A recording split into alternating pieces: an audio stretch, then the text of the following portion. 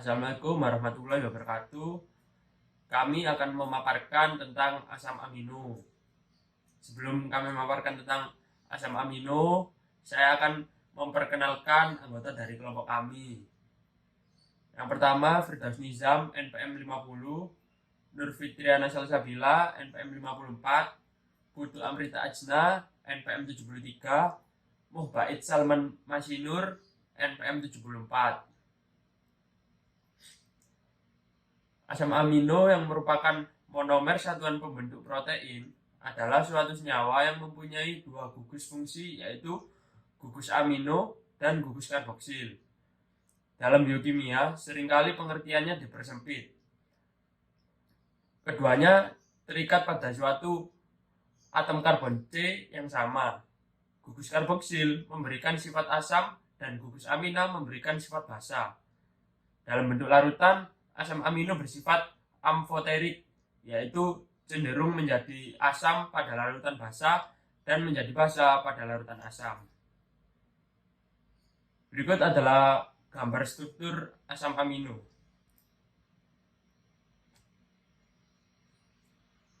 Kelompok kami akan menjelaskan tentang struktur asam amino, klasifikasi asam amino, sintesis asam amino, reaksi-reaksi asam amino, dan peranan dalam industri. Yang pertama, struktur asam amino. Asam amino mempunyai dua gugus fungsional, yaitu gugus asam amino dan gugus asam karboksilat. Pada asam amino, kedua gugus fungsional tersebut terikat pada atom C yang sama. Dari gambar di atas, tampak bahwa alfa asam amino disusun oleh 4 gugus yang berbeda-beda yang terikat pada C alfa. Kecuali glisin, karena pada glisin gugus R adalah berupa atom H. Gugus-gugus penyusun asam amino tersebut adalah R, NH2, COH, dan atom H. Keempat gugus yang terikat pada C alfa itu berbeda-beda, menyebabkan asam amino mempunyai aktivitas optik. Selanjutnya ada klasifikasi asam amino. Klasifikasi yang pertama itu berdasarkan relatif gugus R-nya, dimana itu nanti dibagi menjadi 4, yaitu ada asam amino dengan gugus R nonpolar atau tak mengutup. Gugus nonpolar adalah gugus yang mempunyai sedikit atau tidak mempunyai selisih muatan dari daerah yang satu ke daerah yang lain, dan biasanya golongan ini terdiri dari 5 asam amino yang mengandung gugus alifatik. Kemudian yang selanjutnya adalah asam amino dengan gugus R yang mengutup tapi tak bermuatan. Golongan ini lebih mudah larut dalam air dari golongan yang tak mengutup, karena gugus R mengutup dapat membentuk ikatan hidrogen dengan molekul air. Nah, selain itu, contohnya itu adalah asparagin dan glutamin yang keketupannya disebabkan oleh gugus amida. Terus selanjutnya ada yang ketiga, asam amino dengan gugus R bermuatan negatif, yang mana asam amino ini bersifat asam. Golongan asam amino ini bermuatan negatif pada pH 6-7 dan terdiri dari asam aspartat dan asam glutamat yang masing-masing mempunyai 2 gugus karboksil atau COOH. Dan yang terakhir itu ada asam amino dengan gugus R bermuatan positif, yang mana asam amino ini sifatnya itu basa. Golongan asam amino ini bermuatan positif pada pH 7, terdiri dari listin, histidin, dan arginin. Listin mengandung satu lagi gugus amino pada posisi E dari rantai R alifatik. Itu tadi yang berdasarkan struktur R-nya. Kemudian yang selanjutnya ini klasifikasi asam amino yang berdasarkan biosintesisnya, itu dibagi menjadi 3, yang biasa kita kenal dengan esensial, non-esensial, dan esensial bersyarat. Di mana asam amino esensial itu merupakan asam amino yang tidak bisa diproduksi dari dalam tubuh kita sendiri, jadi harus didapatkan dari makanan. Dan contoh-contohnya asam amino esensial itu adalah histidin, isoleusin, leusin, lisin, metionin, fenilalanin, treonin, triptofan, dan valin.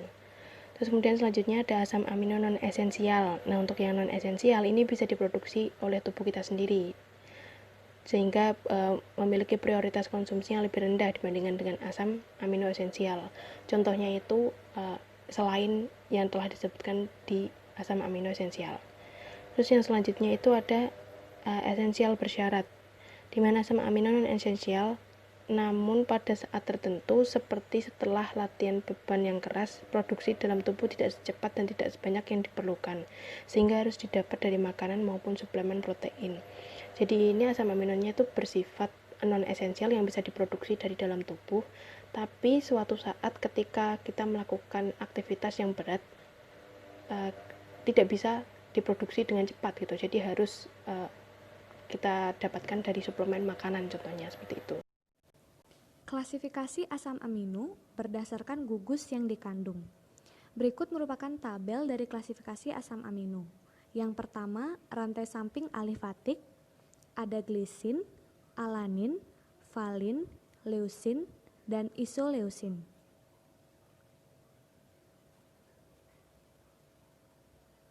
Untuk rantai samping mengandung gugus hidroksil atau OH, ada serin, treonin, dan tirasin. Untuk rantai samping mengandung atom belerang, ada cysteine dan metionin.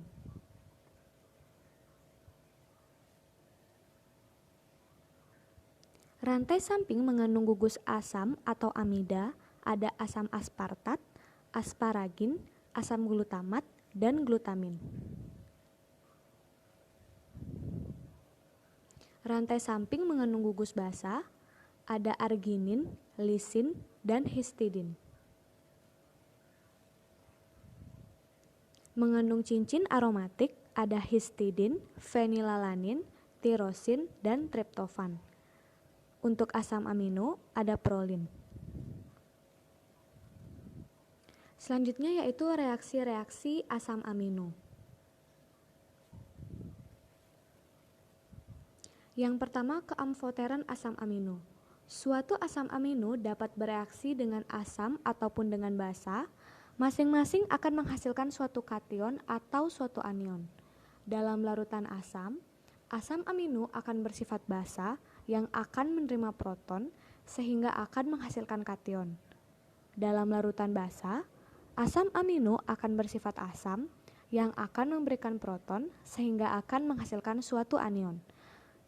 Gambar di atas merupakan reaksi dari keamfoteran asam amino. Selanjutnya yaitu asilasi. Asilasi gugus amino dengan suatu halida asam atau anhidrida asam akan menghasilkan amida. Gugus amino dari suatu asam amino dapat dengan mudah diasilasi dengan suatu halida asam ataupun dengan anhidrida asam untuk menghasilkan amida. Karena nitrogen amida tidak bersifat basa, suatu asam amino terasilasi tidak membentuk ion dipolar. Karena alasan ini, asam amino terasilasi menunjukkan sifat-sifat fisis yang khas dari semua senyawa organik, bukannya sifat-sifat fisis dari garam-garam. Dalam sintesis peptida atau protein kecil, gugus N asli digunakan sebagai suatu gugus blokade. Gambar di bawah merupakan reaksi dari asilasi asam amino, di mana anhidrida asam asetat ditambah alanina menghasilkan N-asetil alanina ditambah asam asetat. Selanjutnya reaksi ninhidrina dari asam amino.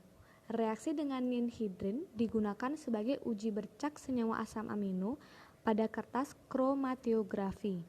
Asam-asam amino bereaksi dengan ninhidrin untuk membentuk produk yang disebut Ruherman. Berikut senyawanya yaitu ninhidrin ditambah dengan asam amino akan menghasilkan ungu Ruherman berwarna biru ungu.